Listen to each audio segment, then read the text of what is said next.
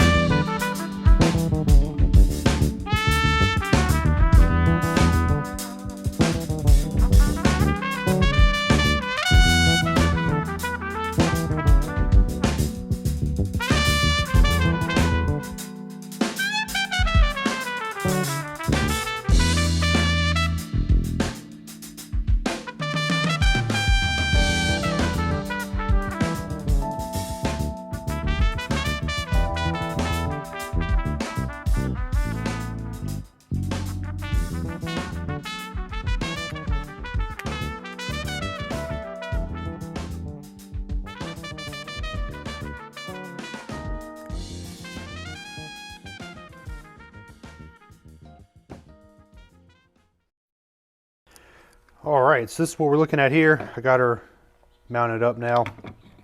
As you can see, I kind of goofed up a little bit, went a little deep on this side, but all in all, it looks pretty good.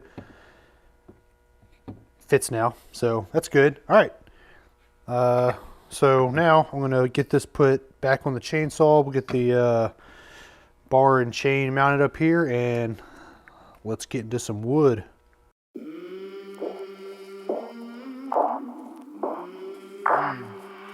I came from the mud, there's dirt on my hands.